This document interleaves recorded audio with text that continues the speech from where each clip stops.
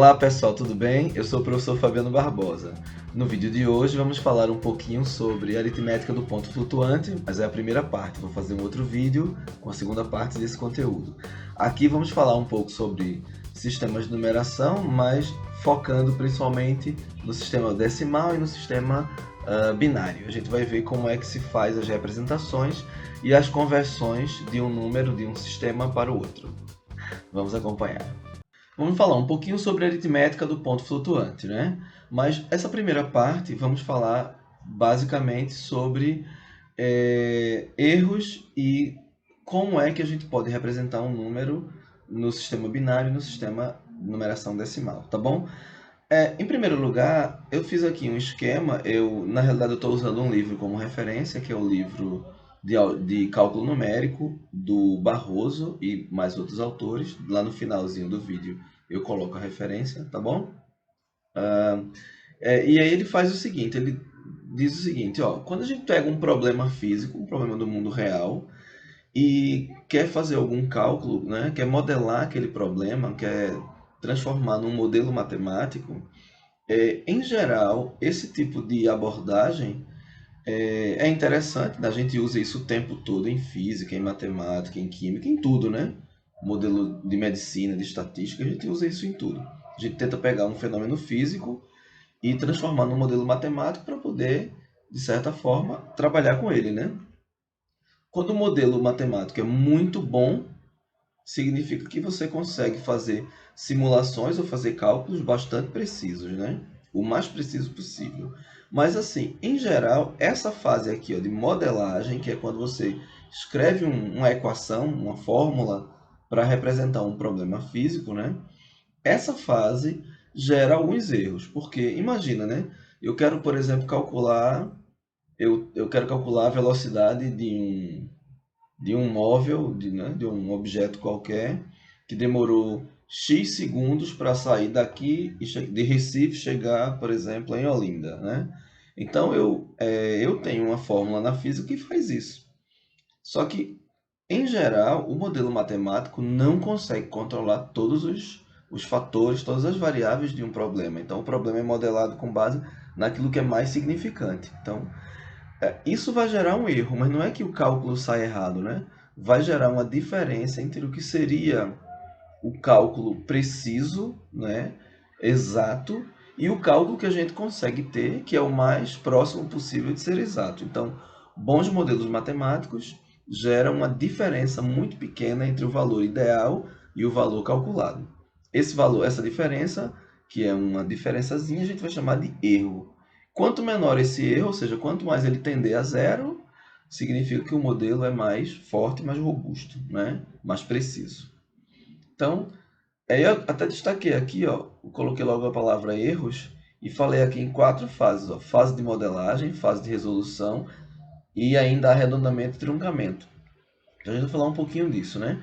Quando você tem um modelo matemático, você vai fazer os cálculos. Quando você calcula, o próprio cálculo em si pode gerar também algum tipo de erro, né? Algum tipo de diferença. Então, para você determinar uma solução, é possível que também no cálculo apareça algum erro.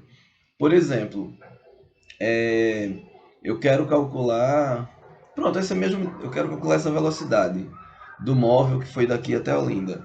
Então, é diferente a medida que você obtém com um relógio, né, analógico, por exemplo, né, de ponteiro, e uma medida feita com sensores, né? Coloca o sensor no móvel, né, no, sei lá, um carro, o que seja, e conta isso, né? Então, a própria resolução, né, as medidas usadas na resolução podem causar algum tipo de erro também, de diferença, certo? Bom, desse modo, aparecem os erros de arredondamento, tá aqui, ó, arredondamento e truncamento. E é interessante falar no arredondamento porque, por exemplo, se eu tenho uma medida que eu tenho algo que me dá 4 casas decimais, mas eu só consigo utilizar duas no meu cálculo, eu só quero usar duas. Então eu posso arredondar essas duas casas para 2 casas decimais, ou eu posso truncar, ou seja, eu posso cortar o meu valor e só considerar a quantidade de casas que eu quiser. Então, imagine que eu tenho uma medida que é 3,5178. Aí eu quero usar somente 3,5. Então, eu posso fazer isso, eu sei que vai gerar uma diferença, né, entre a resposta correta, né, digamos assim, a resposta ideal, se eu utilizasse todas as casas decimais, é diferente de eu usar somente uma casa decimal. Se eu cortar, né, tudo que está fora aqui, ó, tudo que está depois do 5, eu estou fazendo um truncamento, que é isso aqui, certo? Estou truncando, cortando. Se eu quiser arredondar, aí é um outro tipo de erro. Por exemplo, aqui a gente pensando nos arredondamentos, né, como esse número após o 5 é um número que está abaixo de 5, a gente considera 3,5. Se fosse um número acima de 5, ou igual ou maior que 5, a gente aumentaria, ficaria 3,6 aqui, né? Então, na própria fase de resolução, dependendo dos valores que eu utilizar, eu também posso gerar erros. Aí a gente pode falar um pouquinho melhor sobre erros na fase de modelagem, né? Quando a gente vai criar esse modelo matemático. Por exemplo, está aqui esse desenho muito bonito, por sinal, né? Imagine que eu tenho uma pessoa em cima de um prédio e ele quer atirar uma bola de papel, não, uma bola de ferro, por exemplo, melhor, né? Mais pesada.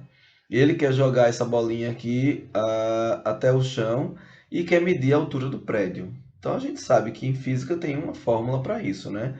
Ele tem um cronômetro na mão e ele vai marcar. Então ele vai soltar a bola, quando ele ouvir o barulho dela tocando no chão, ele, né, para o cronômetro. Então, aqui em física a gente tem essa fórmula, né, da distância, que alguns autores chamam aqui de h, né, dizem que h é igual a h0 mais v0t mais... Como a aceleração passa a ser da gravidade, ele chama de g, aí fica gt2 sobre 2, né? Bom, mas vamos ver o seguinte. Eu tenho um modelo matemático que é importante, a gente consegue calcular distâncias com esse modelo. Onde é que eu quero chegar? É que a precisão do modelo envolve muitos fatores. Vamos lá ver, né? Eu quero medir a altura do prédio, ele só tem um cronômetro e mediu, quando ele soltou, caiu aqui, e ele mediu, deu 3 segundos, tá? O que a gente não está levando em consideração aqui? A gente não leva em consideração, por exemplo, o tempo de reação, é, talvez dependendo da altura do prédio, se for muito alto. Quando bateu ali, o som voltou, então tem um tempo do som sair de lá e chegar aqui em cima, né, para ele ouvir e fechar o cronômetro. Dependendo do tipo de material da bola, se for de ferro, se for de papelão, se for de plástico, não sei. Dependendo do material, ela pode ter mais ou menos atrito com o ar. Então, essa aqui, ó, esse modelo matemático não considera nada disso. Mas aí a gente vai colocar na fórmula, né? Como partiu do zero, a distância daqui para cá que a gente vai contar, então partiu do zero, a distância inicial é zero, velocidade inicial é zero, estava parada. O tempo foi 3 segundos que ele mediu, né? E a gente utilizou como aceleração da gravidade 9,8 metros por segundo ao quadrado. Tá bom? Daí a gente aplicou na fórmula, né, que é o modelo matemático, e resolvendo, isso aqui vai dar 44,1 metros, ou seja, 44 metros e 10 centímetros. Imagine, por exemplo, que esse tempo de reação dele, né, os fatores todos aí, deram uma medida diferente da medida exata. Então, digamos que a medida exata fosse 3 segundos e meio, certo? Então, se fosse 3 segundos e meio, ó, colocando aqui na mesma fórmula, a altura do prédio seria de 60 metros. Então, veja que meio segundo causou uma diferença imensa na medida, né? Então, veja, o modelo matemático em si, a construção de um modelo, pode ser uma causa geradora de erros, né? E a gente está falando aqui de aritmética, aritmética do ponto flutuante, é exatamente tentar trabalhar com aproximações, né, com casos decimais, de modo que a gente consiga controlar esses erros. Isso é uma das, digamos, peculiaridades do estudo dessa aritmética. Bom, aí eu só destaquei que uma alteração de 16,7% no valor do tempo provocou 36% de alteração no valor da medida de D, né? Então, a altura do prédio, o prédio cresceu aí só por causa de meio segundo. Então, a fase de modelagem é uma das que causam erros. E agora vamos pensar o seguinte, ó. E se eu também tivesse essa minha aceleração aqui como da gravidade, em vez de 9,8, tivesse 9,81354, tivesse 5 casas decimais. Veja que, por mais que o modelo fosse perfeito, eu também estaria gerando outro tipo de erro aí. Por quê? Porque a gente só usou o 9,8, né? Então, como eu falei antes, a gente também tem erro na fase de resolução. Não é que você resolveu errado, é que você provocou uma diferença. Então, esse erro que a gente está chamando aqui é a diferença entre o melhor valor, né, o valor ideal, e aquele que a gente calculou, tá bom? Então, a gente chama esse tipo de erro, chama erro na fase de resolução do problema. E pode aparecer por conta disso um erro por truncamento, como eu disse, e por arredondamento, né? Então, truncamento eu posso querer cortar, né? Desconsiderar tudo. Então, esse 1, 3, 5, 4, eu desconsidero, né? Eu estou cortando aqui, ó. Então, eu trunquei. Ou eu posso arredondar, utilizar a regra de arredondamento, como eu disse antes, e transformar isso somente no que eu quero. Então, por exemplo, como aqui eu tenho o número 1 depois do 8, eu só preciso conservar o 8, né? Se tivesse de 5 acima, eu aumentaria para 9. Então, ficaria 9,9. Então, veja que eu estou mudando a medida exata, digamos que essa fosse a medida exata, estou mudando para uma medida aproximada. Então, já estou gerando um pequeno erro. O modelo matemático é ruim? Não, é muito bom. Dá para a gente fazer muitas estimativas. Só que, como é um modelo matemático, ele nem sempre controla tudo que acontece no mundo físico. Vamos falar sobre os sistemas de numeração, certo? Não todos, somente dois. O sistema de numeração decimal e o sistema de numeração binário. O decimal nós já usamos no nosso dia a dia, né? Então, por exemplo, eu quero escrever um número inteiro ou um número natural, né, que é um inteiro positivo. Eu posso escrever assim, ó, eu vou representar o número através de dígitos.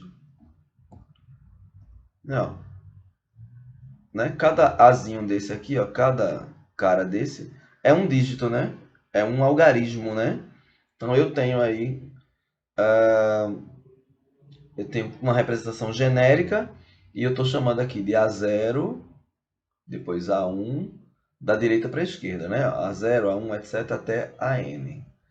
Bom, esses A's aqui vão, no sistema de numeração decimal, são os coeficientes de uma representação, quase como se fosse uma combinação linear, né? Eu tenho um produto e uma soma, um produto e uma soma, né? Entre esses caras aqui, que representam o meu número, e a posição que o número ocupa de acordo com a base 10. Então, ó, o cara que está aqui, ó, junto do 10 elevado a zero, é aquele meu termo das unidades. Se eu pegar 10 elevado a zero, vai dar 1. Então, esse cara é o cara que multiplica por 1, é o termo das unidades. Quando eu pego 10 elevado a 1, dá 10. Então, o cara que está na frente dele representa as dezenas. Então, tenho A1, dezenas, e assim por diante. Outra coisa que é interessante no nosso sistema é que esses caras, né, esses coeficientes, que a gente vai chamar de dígitos, né, ou algarismos, eles estão nesse conjunto que vai de 0 a 9. Então, eu tenho aqui, ó, um conjunto com 10 elementos. Então, se o sistema é base 10, ele é decimal, ele se utiliza de 10 algarismos para representação. Quem são eles? Do 0 até o 9. Então, se a base é 10, esses meus valores de A só vão até 9. Se eu tivesse um sistema de numeração de base 5, aí eu teria de 0 até 4. Então, seria 0, 1, 2, 3, 4. Seriam 5 elementos, mas iriam do 0 ao 4, os algarismos. Na base 2, 0 e 1. Ou seja, os números têm que ser de 0 até uma unidade menor do que o valor da base. Isso aqui é uma representação genérica do nosso sistema de numeração decimal.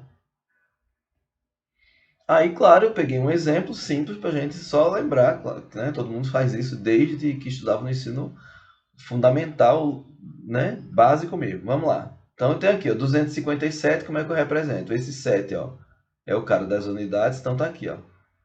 É 7 ou simplesmente 7, ou então eu podia colocar vezes 10 elevado a zero, né? Aqui é 10 a 1, 10 ao quadrado. Então, veja, o cara das unidades, ó, é o 7. Eu não preciso escrever o 10 elevado a zero, né? Eu até coloquei agora, eu acrescentei agora. Esse cara daqui, que é das dezenas, ó, 5 vezes 10. Então, tenho 5 dezenas, né? Ó, 10 elevado a 1 é 10.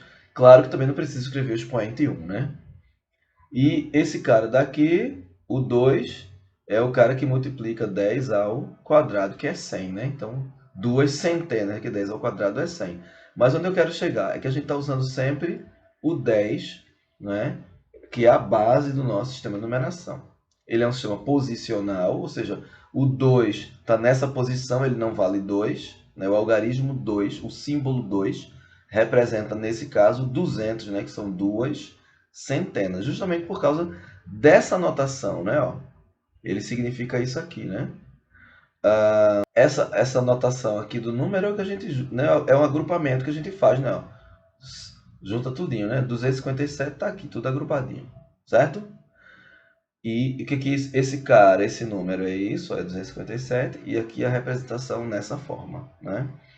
A gente chama isso de expansão. É uma expansão B-ádica, onde B é a base.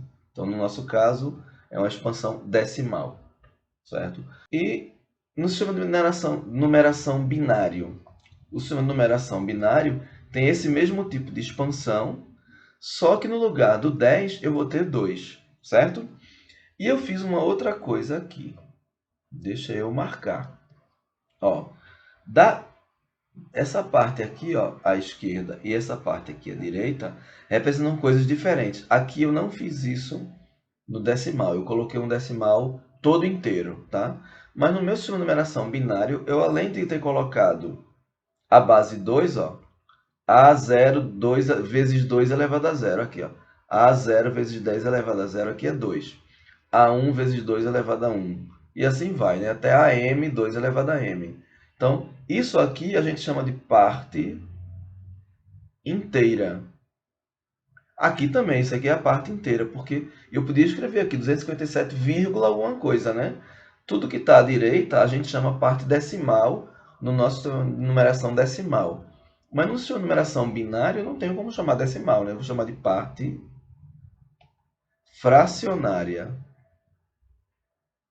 Certo? Então, por quê? Porque eu tenho aí, eu estou dividindo o número em partes menores, né? Do que o inteiro, tá? Então, no sistema de numeração decimal, eu chamo de décimos, centésimos, milésimos e assim por diante. Divido por 10, por 100, por 1000, né?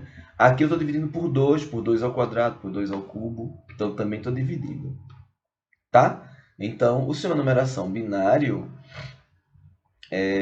tem a mesma representação. O que muda é que no lugar do 10, eu agora tenho 2. O que é que eu tenho agora? Esses valores aqui, AM, ó, e AN, que eu utilizei, que são os meus coeficientes, né, que são os meus algarismos, pertencem a esse conjunto, né, que é o conjunto que eu só tenho 0 e 1.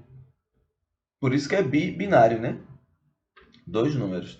Ah, e esses expoentes m, né, ó, vão de 0 até m, ou seja, são números maiores ou iguais que zero, e o n também vai de 0 até n, maiores ou iguais que zero. Só que aqui eu estou colocando um sinal de menos, né? Significa que eu tenho aqui o inverso de cada um. Então, é o inverso de 2, né? O inverso de 2 ao quadrado, o inverso de 2 elevado a n. Então, é como se fosse assim, um meio, um quarto, um oitavo, né? E assim vai, certo? Está apresentado o sistema de numeração binário. E aí vamos ver o que a gente faz para passar de um sistema para o outro. Vamos falar sobre a conversão de bases. Eu fiz um esquema simples aqui para a gente entender mais ou menos como funciona, mas eu vou explicar através de exemplos, ok? Eu tenho aqui, ó, base 2 para a base 10. Eu vou pegar o número da base 2 para passar para a base 10, eu vou simplesmente escrever naquela expansão b-ádica, né? Que no caso vai ser a expansão binária. Deixa eu escrever aqui, binária. A minha expansão b-ádica eu posso chamar de binária. E daí, depois que eu escrever, faço as continhas. Eu multiplico, somo, etc. Elevo algum expoente e vou resolvendo. O resultado vai ser o nosso número na base 10.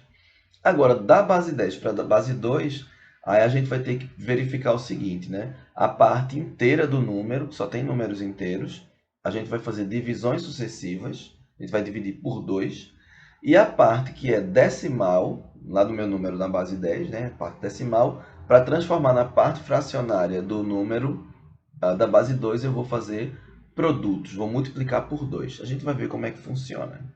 Vamos para o exemplo. Então, tem aqui, ó, escrever na base 10 os números. Então, letra A, esse número aqui, ó, 10, 1 na base 2. Observe que eu ponho o 2 aqui embaixo para indicar a base. Quando é base 10, não é necessário. Se não tivesse esse 2 e eu não dissesse o contexto em que esse número aparece, né, eu diria logo que esse número seria o número 1011, que é o número que a gente conhece. Tá? Mas como tem base 2, eu estou dizendo que eu estou usando o sistema binário e eu só tenho dois algarismos que eu posso usar, que é o 0 e o 1. Então, vamos ver que número é esse que está aí disfarçado de base 2. Né? Vamos ver quem é que ele é na base 10. Então, ó, eu usei a expansão. Veja só. Observe que eu tenho aqui, ó. Deixa eu pegar outra cor. Aqui, ó. O meu 1 da direita, ó, ele vai ser esse cara daqui, ó. Então, 1 que multiplica 2 elevado a zero. Observe que esse número é todo inteiro, né? Não tem parte fracionária. Aqui, ó, 1 que multiplica 2 elevado a 1. Esse outro, 0 que multiplica 2 ao quadrado. E, por fim, 1 que multiplica 2 ao cubo.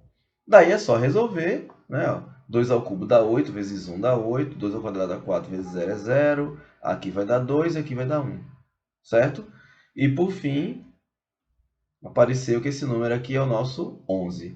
Aí eu coloquei 11 na base 10. Veja, não é necessário usar a base. Mas como a gente está falando somente de 0 e 1, para não confundir, né, o contexto em que ele está inserido, ele está na base 10. Então, está aqui base 10, certo? Esse é o 11 que nós já conhecemos. Vamos para o outro. Agora eu tenho aqui, ó, 11,01 na base 2. Eu chamei 11, mas é 11,01 na base 2. De novo, ó, aí o que eu tenho? Eu tenho parte inteira e tenho parte fracionária, certo? Ó, esse cara daqui, ó, esse primeiro 1, da direita para a esquerda, a parte inteira, é o que multiplica 2 elevado a zero. Certo? Esse segundo 1 da direita para a esquerda, ó, que multiplica 2 elevado a 1. Parou aí, parte inteira. Parte fracionária. Esse zero aqui, ó, 0 vezes 2 elevado a menos 1. E aqui é o 1 que multiplica 2 elevado a menos 2. Observe que aqui eu tenho 2 elevado a 1 é 2, 2 elevado a 0 dá 1, aqui vai dar 2 mais 1, 3. A parte inteira vai dar 3. A parte fracionária, ó, 0 vezes qualquer coisa vai dar 0 aqui, né? E 1 que multiplica 2 elevado a menos 2, só esse pedacinho aqui, ó, é a mesma coisa que 1 sobre 2 ao quadrado. Né? E daí, isso aqui é a mesma coisa que 0,1 sobre... Vou fazer assim, ó. É a mesma coisa que 1 quarto, e 1 quarto é 0,25. Então, eu tenho aí, lado, em parte inteira vai dar 3, parte fracionária vai dar 0,25. Beleza? E aí, ó, esse meu número aqui virou 3,25. Né? 2 mais 1 mais 0 mais 0,25. Foram os resultados. Daí dá 3,25 na base 10. Eu nem precisaria colocar a base, mas como eu disse, por uma questão, né? Já que a gente está fazendo de uma base para outra, para deixar bem claro que a gente está usando a base 10. Então, é simples transformar da base 2 para a base 10. Coloca na expansão, coloca na fórmula, digamos assim, né? E aí é só efetuar os cálculos. Vamos agora fazer o contrário, da base 10 para a base 2. E da base 10 para a base 2? Ó, a parte inteira a gente vai dividir, como está aqui. Então, vou pegar o número, dividir por 2, vai aparecer quociente e resto, né? Aí eu chamei aqui de quociente 1, Q1, resto 1, R1. Peguei o número, estou dividindo. E eu vou fazer divisões sucessivas. Eu vou fazendo, ó. Aí pego e divido de novo por 2. Aí vai aparecer quociente 2, resto 2. E vou fazendo isso sucessivamente até que apareça isso aqui, ó. Quando eu dividir por 2, vai aparecer o quociente, vai ser o número 1. Tá? Então, para quando a gente encontra 1 como quociente. E daí você vai pegar esse 1, que é o quociente, e todos os restos, ó, de baixo para cima, né? E vai agrupar. Vai ficar assim, ó. Tá vendo, ó? A ideia é essa, pega um, seguido desse cara, seguido dos outros, até chegar no R1. E daí eu encontro esse agrupamento, ó. 1, Rn-1, Tá vendo aqui? Né, ó. 1 foi o quociente, R menos 1, o penúltimo resto, o último resto, né? Aí, e assim por diante, a gente vai chegando lá. Eu já tinha marcado, marquei 2 vezes. Agora vai ficar assim. Vamos fazer aqui um exemplo, porque fica melhor a gente entender, tá? Escrevi o número 11 na base 2. Esse 11 está na base 10, né? Bom, vou dividir o 11 por 2. Né? Dá 5 vezes 2, 10 para 11, 1. E aí eu continuo dividindo porque não tem o quociente 1. Então 5 dividido por 2 dá 2, resta 1. E aqui por último eu continuei dividindo, né? Aí deu 1. Agora que deu quociente 1, a gente para, vai ficar 1, 0, 1. Ah, é 1, 0, 1, 1 que é 11. Certo? Tá aqui. Então aí as setinhas eu coloquei para indicar o agrupamento e eu vou agrupar. Ó. 1, 0, 1, 1. Então 11 é 1, 0, 1 na base 2. A gente antes tinha pego esse número 1, 0, 1 na base 2, transformou em 11 na base 10. Agora pegamos o 11 na base 10, transformamos nesse número. Observe que eu peguei um número que era inteiro, né? Só tem parte inteira. A parte fracionária dele é zero, né? Eu não tenho, é vírgula, zero, zero, tudo zero, né? Como é que fica quando eu tiver parte fracionária? Que está dizendo que eu tenho que multiplicar. Então eu vou fazer o seguinte, eu vou pegar um número que tem as duas coisas, parte inteira, parte fracionária, para a gente transformar num número na base 10. E aí eu já escrevi 3 passos que a gente precisa considerar na hora de fazer a nossa conversão quando tem parte fracionária. Vamos lá. Você vai multiplicar sucessivamente por 2. Vai multiplicar quem por 2? Você vai multiplicar a parte fracionária. Porque a parte inteira a gente divide, a gente já viu como é que faz. Vai dividindo até que o quociente seja igual a 1. Na parte fracionária, você pega essa parte fracionária, separa e multiplica por 2. Aí vai dar tipo 0,45. Aí a parte inteira de 0,45 é zero. Esse zero já vai ser destacado e vai formar o meu número, a parte fracionária do meu número na base 2. Aí eu pego o restante sobrou, 0,45, multiplico por 2 de novo. Aí deu 1, não sei quanto. Aí o que está junto, a parte inteira, que é 1, tu separa de novo e o restante, que é fracionário, continua multiplicando por 2. Então vai aí, ó. Separar o dígito da parte inteira do resultado. Esse dígito vai compondo, né? Cada vez que eu separo, vai compondo o meu número da parte fracionária. E esse processo sucessivo continua e termina quando a parte fracionária do produto seja zero. Só vai terminar quando der zero. Ou então, quando você indicar que quer um número com x casas decimais. Você indica, olha, os x casas fracionárias. Eu quero que o meu número na base 2 tenha 3 casas. Aí você vai parar quando encontrar 3 casas, independente de ter dado zero, tá certo? Porque pode ser também que seja uma dízima e aquilo nunca acabe. Então, é mais um motivo para erro na fase de cálculo, né? E aqui somente na conversão, ou seja, possivelmente, dependendo do valor que você digita, o próprio computador utiliza um valor aproximado, né? Porque quando ele passa para a base 2 para ler, pode ser que naquela passagem a capacidade dele, né, de leitura, né, de armazenamento de dígitos, que a gente vai ver na próxima aula, não consiga ler com precisão aquele número. Tá bom? Vamos fazer um exemplo. Tá aqui, exemplo. Escrever o número 13,25 na base 2. Tá? Então, tem duas partes. A parte inteira, que é 13, e a parte decimal, que é 0,25, que é a minha parte fracionária. E aí a gente vai fazer separadamente as duas. No final, junta tudo. Ó, parte inteira já está feito. Não tem muito o que fazer, né? Divide por 2, vai fazendo lá tal, até que encontre isso aqui, né? Ó, 1101. Então, esse cara é o nosso número 13 na base 2. Ele é 1101. Vamos para a parte fracionária. Então, eu peguei o meu número decimal, por isso que chamei de parte decimal, que aqui eu estava na base 10, né? Então, 0,25 é a minha parte decimal do número da base 10. Multipliquei por 2, aí deu 0,50. Tá? Ó, o zero é o que eu vou destacar. Então, eu vou separar já esse zero para compor a minha parte fracionária. Bom, mas ainda, se desse tudo zero, a gente tinha parado, mas não deu, deu 0,5, né? 0,50. Daí a gente continua. Quando nós multiplicamos, 0,50, né? 0,5 vezes 2 deu 1, 1,00. Observe que nós agora só temos zero na parte fracionária.